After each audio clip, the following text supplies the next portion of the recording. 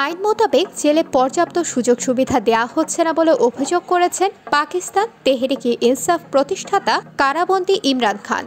সেই সঙ্গে যথাযথ জেল সুবিধা নিশ্চিত করার জন্য প্রেসিডেন্ট আসিফ আলী জারদারি এবং প্রধানমন্ত্রী শেহবাজ শরীফের প্রতি আহ্বান জানিয়েছেন সাবেক এই প্রধানমন্ত্রী। যথাযথ জেল সুবিধা নিশ্চিত না হলে জেলে অনশন করবেন বলে হুঁশিয়ারি দিয়েছেন ইমরান খান। ইমরান তার আইনজীবী আজহার সিদ্দিকের লেখা একটি চিঠির মাধ্যমে এ আহ্বান জানান। পাকিস্তানের জুডিশিয়াল অ্যাক্টিভিজম প্যানেলের প্রধান আজহার সিদ্দিকি জানিয়েছেন, চিঠিতে পিটিআই প্রধানকে আইন অনুযায়ী বাধ্যতামূলক সুযোগ সুবিধাগুলো দেয়া হচ্ছে না এবং তার শুভাকাঙ্ক্ষীদের সঙ্গে দেখা করতেও দেয়া হচ্ছে না বলে অভিযোগ জানানো হয়েছে।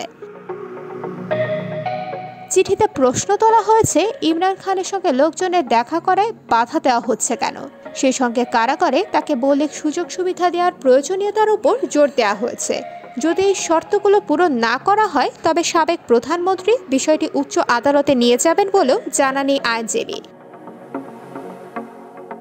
শুক্রবার আদালতে হাজিরা দেওয়ার সময় ইমরান খান দেশটির প্রধান বিচারপতি কাজী ফয়েজ ইসার প্রতি তার আস্থার অভাব প্রকাশ করেন।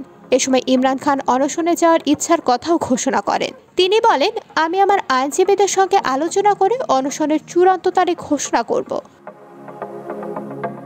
সামরিক অভিযান শুরুর আগে এর বিপক্ষে দাঁড়িয়েছেন জেলবন্দি সাবেক প্রধানমন্ত্রী ইমরান খান। গত সপ্তাহে ইমরান জানিয়েছেন যে উত্তর পশ্চিমাঞ্চল এবং দক্ষিণ পশ্চিমাঞ্চলে সামরিক অভিযানের বিপক্ষে তিনি। এরপরও এই অভিযান সম্পর্কে শেহবাজ শরীফ সরকারের সর্বদলীয় সভায় অংশ নেওয়ার কথা জানিয়েছেন ইমরান।